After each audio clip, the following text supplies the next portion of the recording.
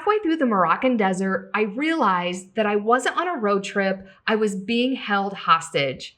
Welcome to the Shine from the Inside newsletter, audio edition. This is part 8 of my Spain and Morocco series, My Moroccan Driver Held Me Hostage. If you would prefer the freestyle version of this same story, because this is simply a reading of the written newsletter, the freestyle version the link is in the description below. But on to part 8 of the audio newsletter. Because I'm not surfing anymore on this retreat, and Imsouane is cold and dusty, and I don't want to share a room, I decided to leave a day early to spend an entire day in Marrakesh, which is where I already had plans to cap off this trip anyway. This means that I have to pay an extra night at the hotel and my own transportation to Marrakesh since I am not leaving with the retreat group. This wouldn't be a big deal, except the 5-star hotel that I already have a reservation at in Marrakesh doesn't have the same room available a day earlier.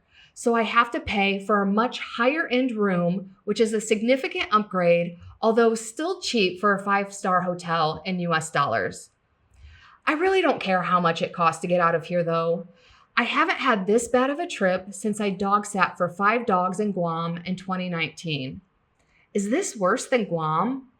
I honestly don't even remember because everything feels like a time warp since 2020. At least I had my own accommodation and didn't black out in Guam. As I hug everybody goodbye before getting in the car, I hope they don't sense how eager I am to leave. On second thought, I really don't give a shit since nobody cared about my safety after blacking out. I get into the mini passenger van, which is the exact same kind of vehicle we took to the Essaouira market, except this time I am the only passenger, which feels amazing. The trip to Marrakesh is 4 hours, which I am not thrilled about, but it's a means to an end to get the hell out of Imsouane. After about 45 minutes into the drive, the driver pulls over, gets out of the car, and lifts the hood. He makes a phone call, but I can't hear from inside the car. After about 10 minutes, he gets back into the car. Is everything okay? I ask. Yeah, it's fine, just a little bit overheated. We start driving again. About 10 minutes later, he pulls over, gets out of the car, and lifts the hood. He makes a phone call, but I can't hear from inside the car. After about 10 minutes, he gets back into the car and grabs his water bottle, gets back out of the car, and pours the water onto something underneath the hood.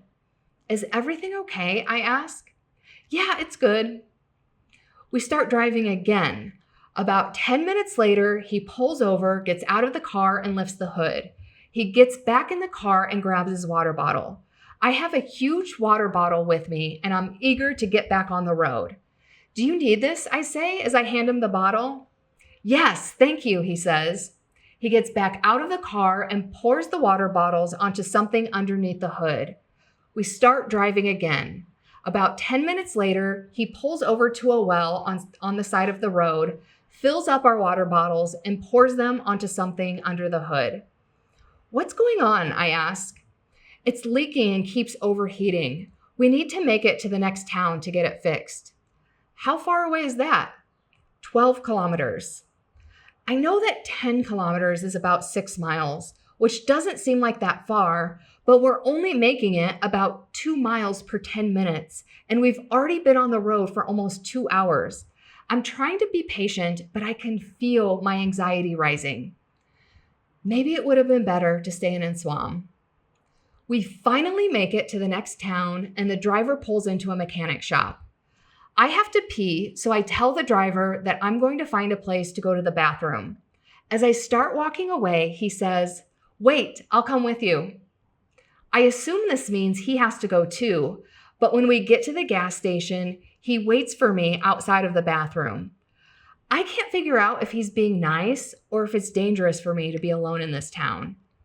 After getting back to the mechanic shop, they tell us that we have to take it to someone else. Can you please call another driver? I ask the driver. No, it's fine. We'll take it to this next place to get fixed. I don't want to wait. I want to get on the road.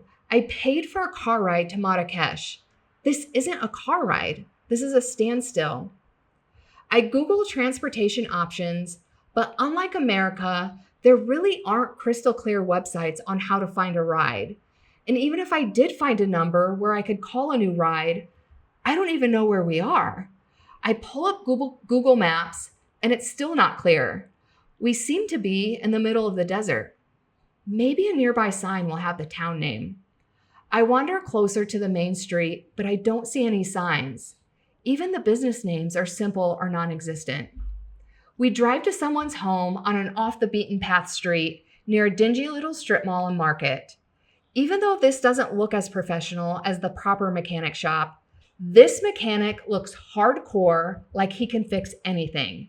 My hopes are up. He can have us back on the road in 30 minutes, the driver happily tells me. After looking into the issue, the mechanic and his assistant disappear and don't reappear. After about 15 minutes, I say to the driver, "Can you please call a new driver?" "No, it's fine. They're going to fix it soon." "They aren't even here." "I'll go check on them." Now, the driver has disappeared. After about 15 minutes, they all reappear and the mechanic and his assistant start working on the issue. "I'm going to go get some fruit from the market while we wait," I tell the driver. "I'll go with you," he responds. I know he doesn't want fruit, but I don't argue in case it's for safety reasons. But he also ends up paying for my fruit because I think he feels bad. But not bad enough to call me a new ride.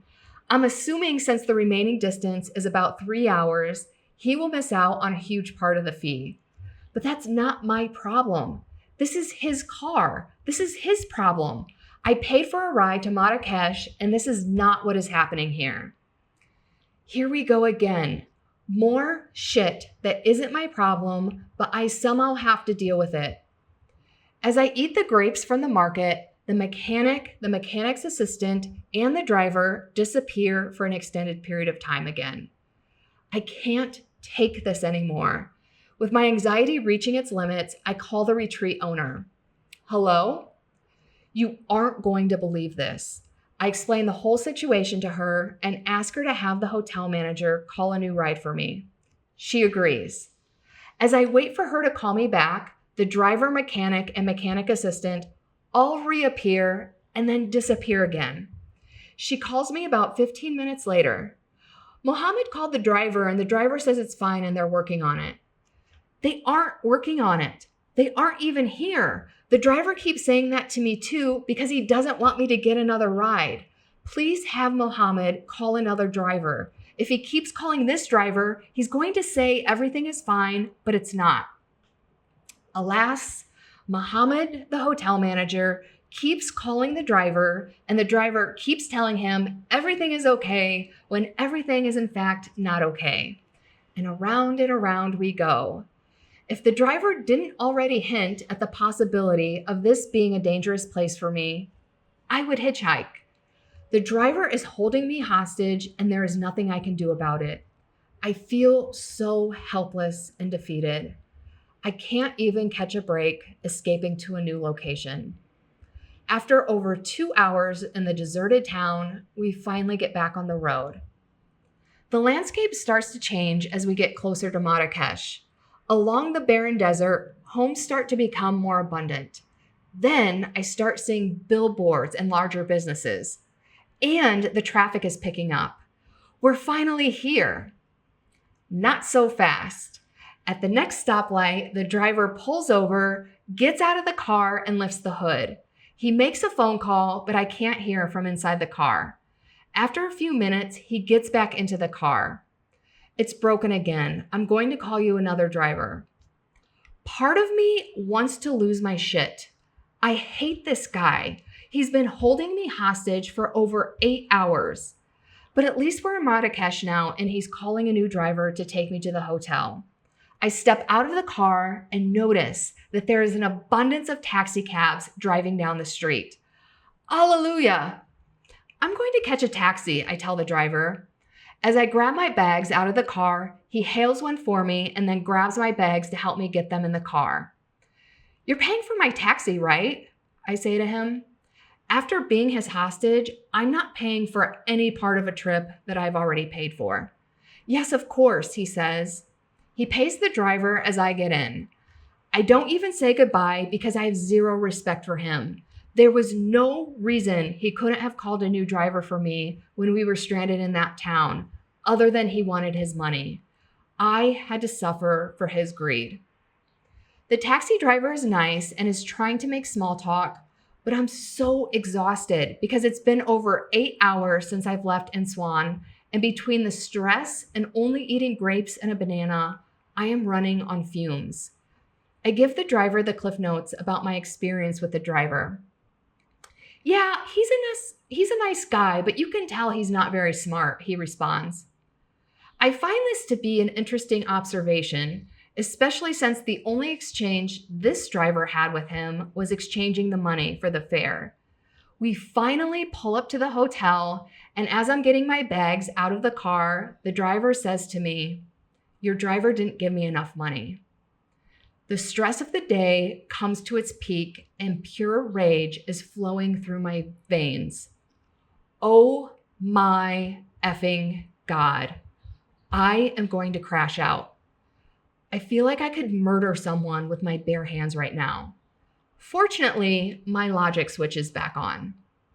Do I think he is scamming me? Yes. Is it possible that the idiot hostage-holding driver didn't give him enough money? Also yes.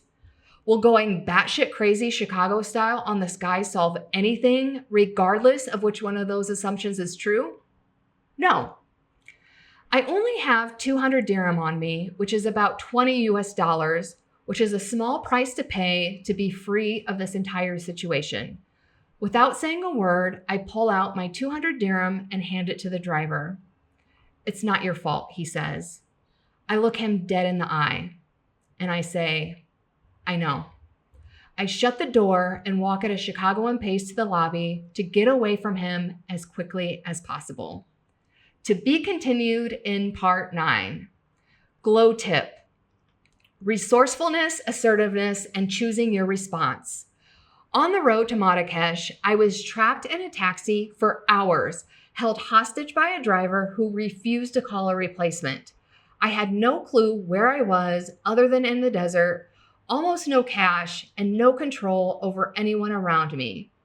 Yet, the only thing I could control was myself, my focus, my logic, and my choices.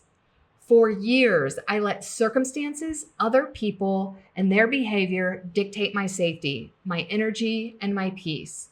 I tolerated situations where I felt stuck or dismissed because it felt easier than standing up for myself.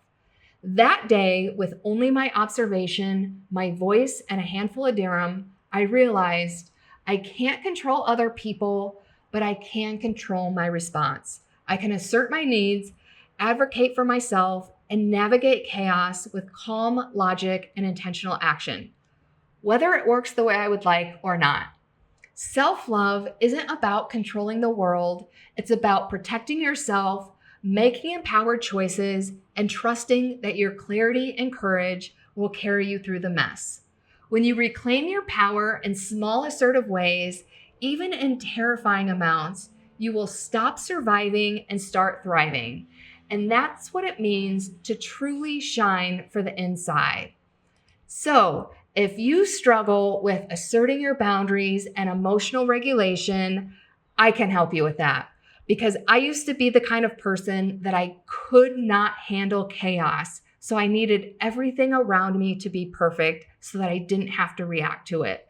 But when I finally learned the skills of emotional regulation, my entire life changed because it helped me navigate situations like that without losing my mind. And that's not to say it feels good because, for example, I still felt anxious. I still got angry. I still had periods of having feelings because I'm a human being and we all have feelings, but I didn't let it derail my self-worth, my identity, who I was. I still stayed grounded in myself while having a human experience. And that's why my logic was able to kick on so quickly when in that heightened, intense moment with the taxi cab driver, because I have established this practice of emotional regulation. So if you are ready to go into 2026 on fire with a fierce inner glow, I can help you with that. I am offering free 60-minute Find Your Glow sessions where we have 60 minutes to work on step G of my glow method, which stands for go back to your childhood, because all of our beliefs and behaviors are rooted in things that happened in our childhood. And then we carry those beliefs with us, whether they're true or not. And then that dictates our behaviors and that dictates our experiences in life. So in 60 minutes, I can't guarantee that you will have a breakthrough, but everyone I've worked with so far does have a breakthrough because we can figure out what that root cause is and come up with a solution that creates lasting change. And if my program is not for you, because I am not for everyone, my program is not for everyone. I know other coaches, I know therapists, I have other resources. The entire purpose of this call is to get you help because you are worthy of feeling happy and fulfilled. And emotional regulation and nervous system regulation is a huge part of that. So book it on my website at runninginslippers.com or stay tuned for next week's newsletter, part 9 of the Spain and Morocco series. See you next week.